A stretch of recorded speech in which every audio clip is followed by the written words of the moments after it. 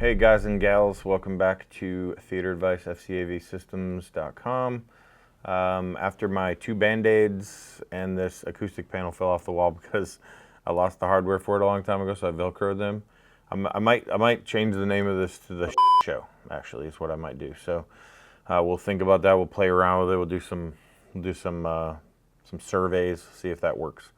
But feeling a little out of sorts today, it's a little funny.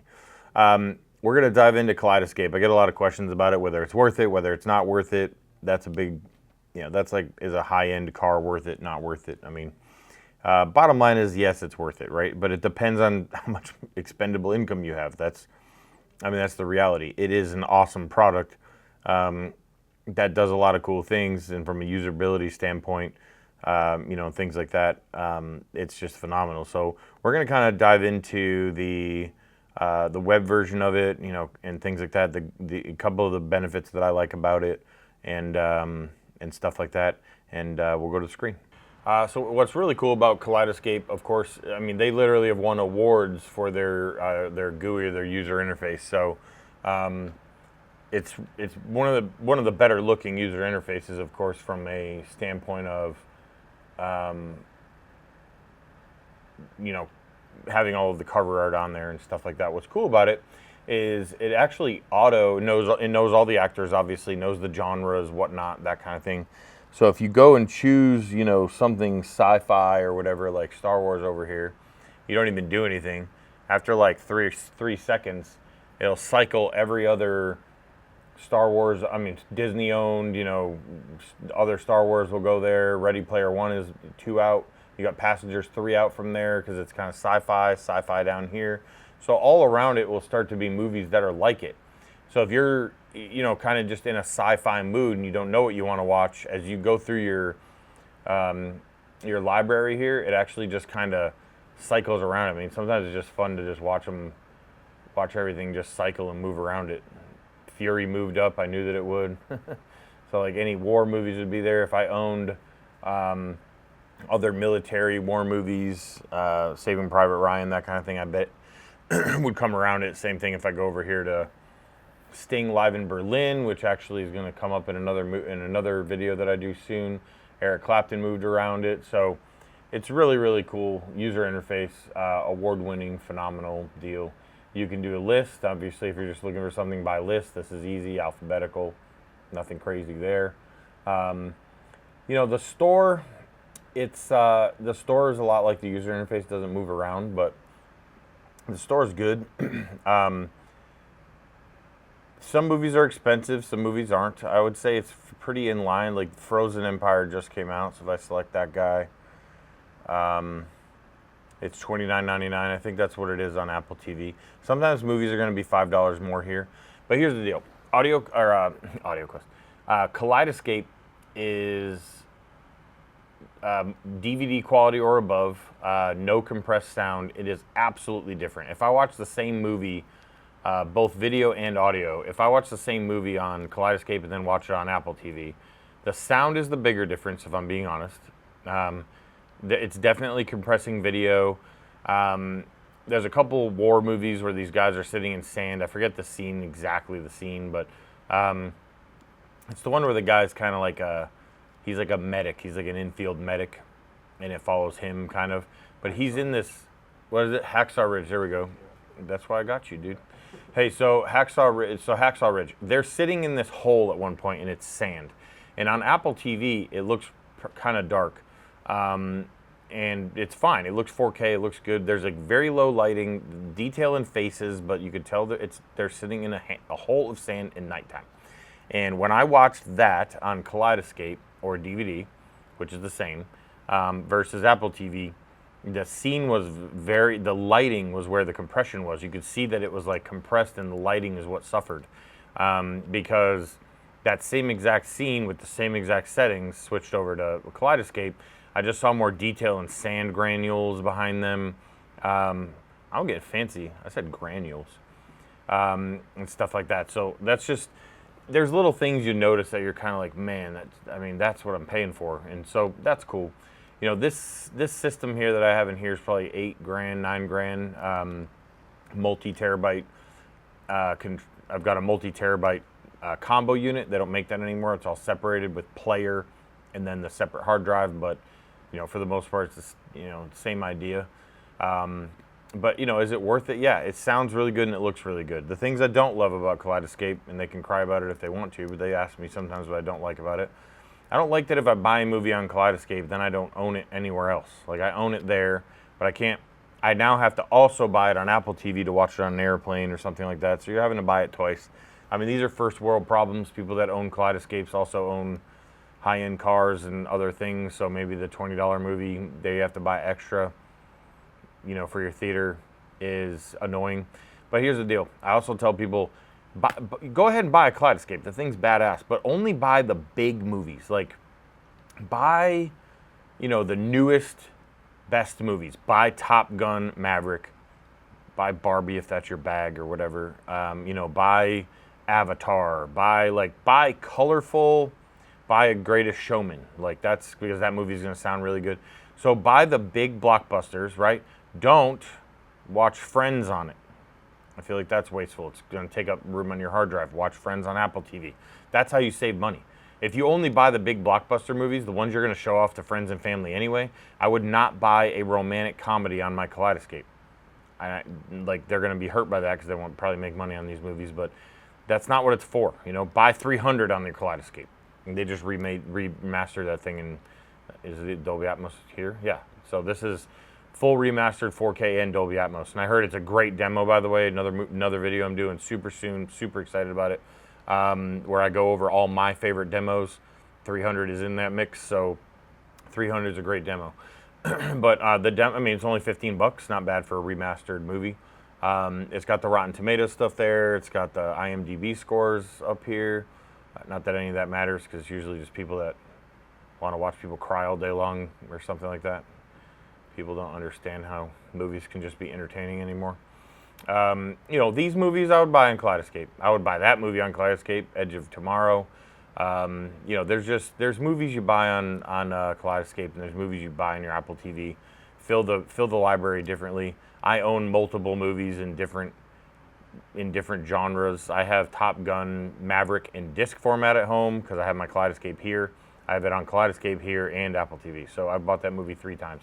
Actually 4 times, because I have to have a separate account for Apple because I have too many products. I should do a video on that. Apple says you bought too many Apple devices.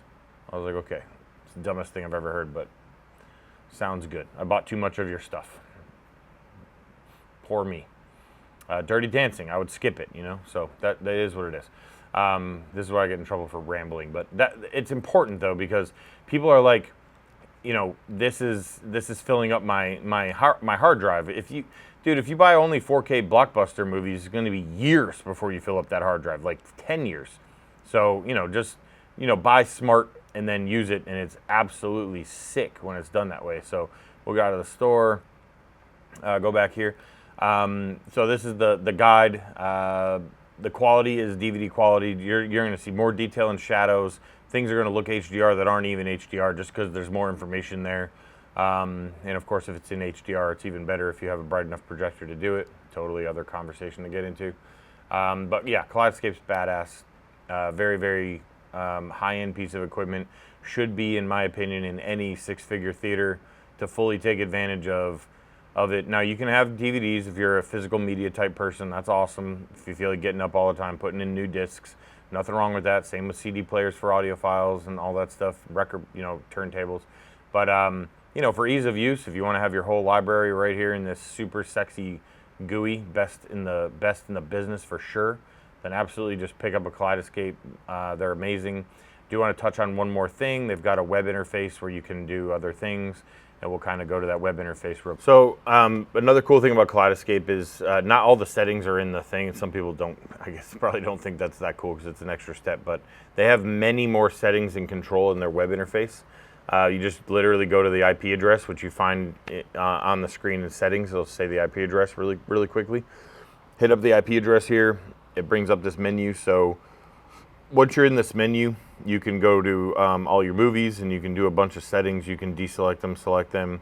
You can jump into them. Brings up stuff. So if you're just not even like near the Kaleidescape, you're not in your theater, but you feel like messing around with either settings or building collections and stuff like that. So you can change the collection that it's in. I've got Frisco demo material right here. Another awesome thing about this is it's great for demos, and not just for home theater stores. When your friends and family come over and you're like, dude, check out my new badass theater, and you go upstairs, like, it's so awesome to just, you know, go to these demos. So you've got all your demos here. You can add it to any of these collections. You can delete it from your library here. So a full web interface, and then it's got all these crazy extra settings. So if you jump into under the components, I've got my Strato here.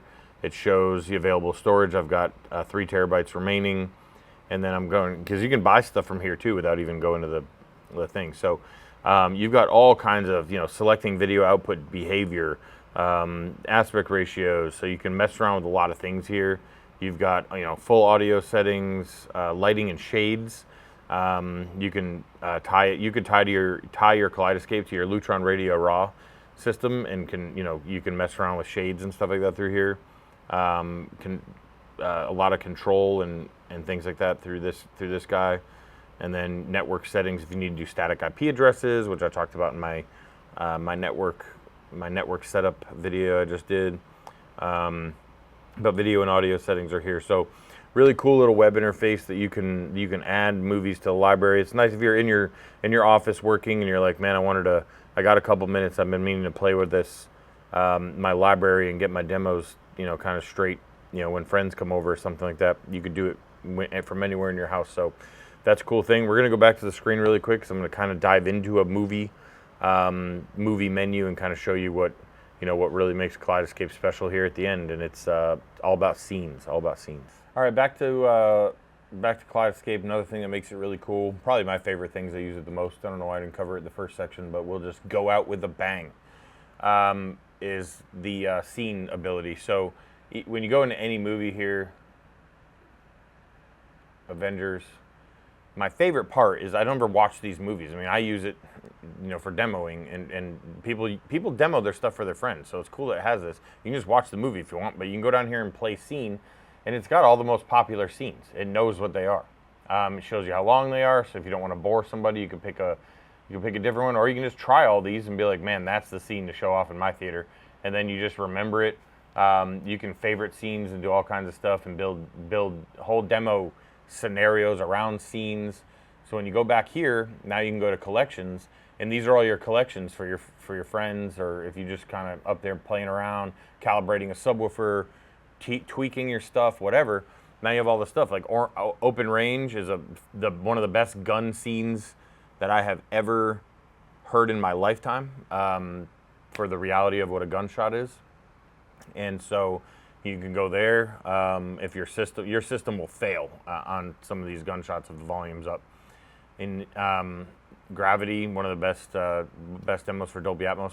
But any of these that you choose is going to bring up the ability to go play a scene from them. So now that you can build your, I've got my Frisco demo material. It's not really full. I haven't played around with it. I'm so good at playing around with their GUI. I just find my stuff. But Passengers, phenomenal video demo. A lot of stuff that's in here. So, you know, going to the scenes is so cool. And it's just such a fun thing to go to any movie, play around, and find a scene or a song, or whatever the case may be. You go down to Top Gun, obviously a big one right now. Go down to the scenes. Now I can either do Mach 10, which is a quiet scene but too long. I can do this 2-minute, the 2-minute training deal here, 2 minutes 15 seconds. It's 3 minutes 18 seconds, but whatever. But that's obviously the scene where he goes rogue and flies, and then this is the actual mission if you want to watch the whole mission. Missiles flying over your head, all kinds of cool stuff. But I love to be able to just come in here, and I'm gonna hit mute so we don't get in trouble by the TV gods and YouTube oversee. I mean, you hit that guy and you're in the scene. You know, you don't have to fast forward and all this stuff. Now, Apple TV has scenes too. That's new. They're not in all movies, but if you hit down or up or whatever it is, you get kind of chapters and stuff like that. But this thing is just a great way because you can actually catalog all the scenes. And of course, the video quality Absolutely second to none. I will tell you, this scene right here is one of the ones where I realized Kaleidescape's value, because I watch this all the time on Apple TV because we have it on our other system and we watch it more. It's because I have a lot more content there because I've purchased a ton of movies. But when I switch over to this and I demo this scene on this system, it is twice as good audio quality wise, at least. So, you know, if you're really into audio quality, you spend a bunch of money on your stuff, get a Kaleidescape, and give us a call if you have any other questions about it. Tons of different ways to mix and match different price levels, stuff like that, based on how many terabytes you need. They're stackable. You know, you can add them as you go, and if you buy right, you can be years before you ever buy another one. So, you know, yeah, it's an expensive thing up front, but if you have an expensive system, I think it's something you need. So, really love it. Kaleidescape's awesome, and probably gonna get a second one for my house, because when I go home and just watching my Apple TV, I'm sad that I have this thing here at the store. So we'll pop a little chat that I have about what we're doing now with SCAV and Theater Advice. And I appreciate you watching. Thanks. Hey guys, I just wanted to thank you for listening to whatever I was just rambling about. And of course, if you are in the Dallas area or surrounding areas and you can get here, visit our showrooms in Frisco or Southlake location. And now we can help you anywhere, from anywhere in the country, through the world's first mom and pop shop on the internet. Called fcavsystems.com. We are very excited about this project. We're happy to bring what Theater Advice does here in Texas to everyone. Thanks for watching.